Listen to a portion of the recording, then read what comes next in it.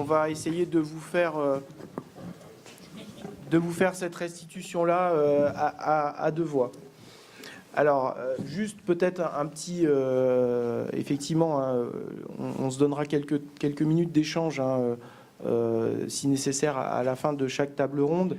Il est évident que sur l'ensemble des 3 tables rondes, dans les synthèses qui sont faites, on ne peut pas retranscrire évidemment l'intégralité. On a essayé de retenir vraiment les grandes problématiques. Par contre, sachez que l'ensemble des sujets ont bien été notés, seront pris en compte par le comité régional et la fédération, derrière dans l'analyse un petit peu plus poussée des choses. Hein, mais l'objectif, ça a été vraiment de ressortir les problématiques les plus saillantes de chacune des 3 tables rondes sur chaque thème. Sylviane, on t'écoute. Merci. Donc bonjour à tous.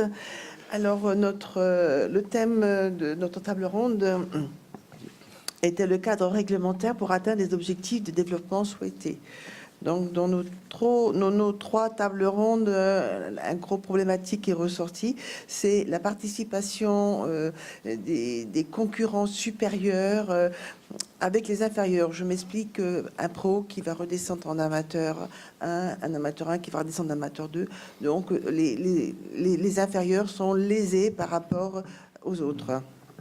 Alors, sur ce sujet-là, il y a eu beaucoup d'échanges et avec finalement deux constats qui sont les suivants.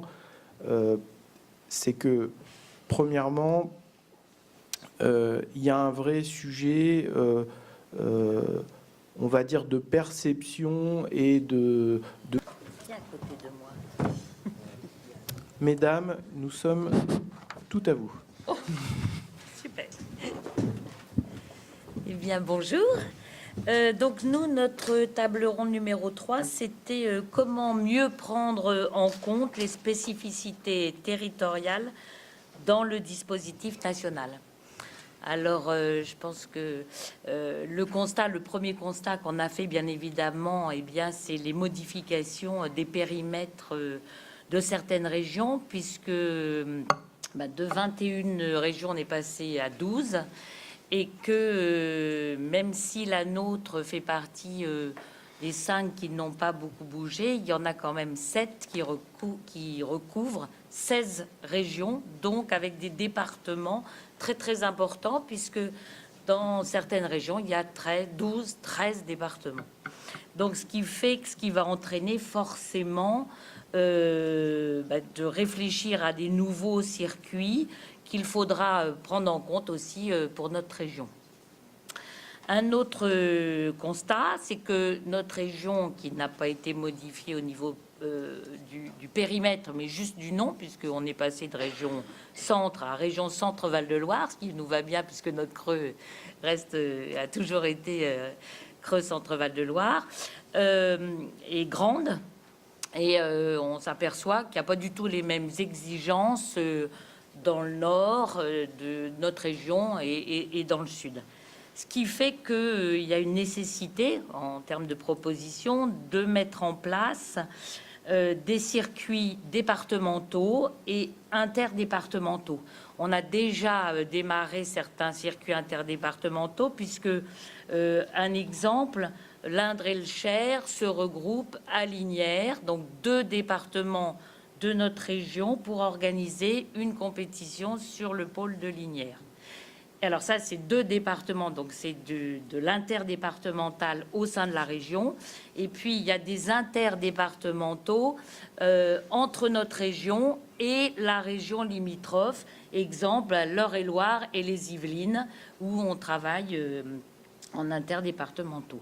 Donc ça, je pense que ça va venir aussi, forcément que ça va se développer. Donc peut-être avoir à se simplifier au niveau organisationnel pour qu'on puisse le faire plus aisément. Ensuite, constat, on a 2 types de compétiteurs, c'est ce qui a été dit dans les tables rondes précédentes, 2 types de compétiteurs. On a le sportif qui cherche la progression, qui cherche les beaux concours, qui cherche on pourrait dire aussi une certaine image, un effet de mode, le sable blanc, les beaux concours avec les pros, et qui va faire en sorte qu'il va peut-être sortir moins, mais privilégier 3 journées de concours sur un beau terrain. Et puis il y a celui qui cherche la proximité, qui cherche à passer juste une bonne journée et qui va chercher le concours proche de chez lui. Donc, conserver, bien évidemment, il est nécessaire de conserver les concours de proximité, les organisateurs d'un, 2 concours par an, et de redynamiser les circuits départementaux, voire envisager des épreuves combinées, dressage CSO, il en a été question, ou des épreuves combinées CSO Hunter, de façon à ramener en fait des cavaliers clubs et amateurs à vouloir peut-être participer à d'autres circuits. On va le voir ensuite. Un constat a été fait qu'il y avait peut-être plus d'organisation de concours et à la fois moins de participants, que les amateurs et les coachs étaient de plus en plus exigeants et qu'on avait des concurrences des départements limitrophes. Il y a quelque chose qui est revenu assez régulièrement, c'est le nom des catégories, voire à changer comme les autres tables, l'appellation pro, qui n'est pas très claire parce qu'on mélange pro et professionnel et à voir. Ensuite, nous, on a un grand régional au sein de la... Ça, c'est le constat, un grand régional qui fonctionne bien dans notre région. Mais à l'heure actuelle, on s'aperçoit que les amateurs 2 ont difficulté à trouver leur place. Ils sont plutôt en perte de vitesse, ces amateurs 2, parce que au début, les épreuves étaient très importantes. Alors, on a 2 niveaux dans ces amateurs 2. Celui qui démarre, effectivement, on l'a vu tout à l'heure, l'amateur 3 qui passe en amateur 2, et puis le plus haut des amateurs 2, mais qui a des difficultés à passer l'étape suivante et qui ne souhaite pas non plus pour le grand régional faire 250 ou 300 km pour aller chercher une épreuve. Alors, 2 solutions. On s'est dit maintenir, bien évidemment, le grand régional, un circuit comme il a été envisagé précédemment, avec une progression envisagée en 2 étapes. Alors, on a parlé de ligue, on parle d'étapes, on parle... Voilà. Une ligne 2 qui serait plutôt réservée aux amateurs. Alors, en fonction des disciplines, hein, bien évidemment, qui serait plutôt réservée à 4-3-2. Et puis, une ligue 1 qui serait réservée aux 1 et élite. Alors, cette Ligue 2, plutôt 4-3, éventuellement 2 en CSO, serait sur une seule journée avec moins de frais. Et voilà, donc ça, c'est des propositions qui ont été faites. Ensuite, une autre proposition est sur le circuit, sur les circuits grands départementaux. Parce que à l'heure actuelle, il y a des challenges départementaux. Il y en a un qui fonctionne bien dans l'Indre-et-Loire. Il n'y en a pas partout. Il n'y en a pas dans tous les départements. Et je pense que ça, c'est peut-être voilà, à mettre en place. Il y a eu des propositions sur mettre en place un circuit qui serait un circuit en CSO, enfin, dans un premier temps, club 1, club élite, amateur 3, amateur 2, qui serait un circuit grand départemental qui pourrait exister sur l'ensemble des départements ou chez certains peut-être Indre-et-Cher interdépartementaux, avec une grande finale qui pourrait avoir lieu éventuellement à la Motte-Beuvron, et un cahier des charges, bien évidemment, pour l'ensemble de ce grand départemental, et qui serait un circuit complémentaire, en fait, au grand régional, et qui permettrait de préparer, justement, ce grand régional, concours de proximité, qui permettrait aussi le passage de clubs amateurs. Donc ça a été une proposition forte qui a amené pas mal de discussions, qu'on pourrait appeler grand départemental ou master des départements, qui a été envisagé également.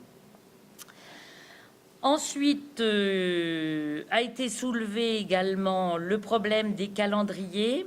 Le problème des calendriers, à l'heure actuelle, qui est un petit peu compliqué à effectuer au sein des creux, parce que forcément, on ne peut pas prendre en compte toutes les régions ou les départements limitrophes des autres régions. Donc, ce qui n'est pas simple à effectuer, qui est bien fait jusque-là, mais avec l'histoire des autres régions, ça va se complexifier certainement. Donc, cette réunion d'harmonisation peut-être régionale est à revoir. Elle est peut-être pas forcément adaptée, elle est peut-être plus forcément adaptée. Il faut peut-être la faire évoluer. Un calendrier national, en revanche, de l'ensemble des épreuves pro serait peut-être nécessaire de façon à ce que ensuite, au niveau des régions et des départements, on puisse peut-être avoir une vision plus claire, plus complète. Voilà.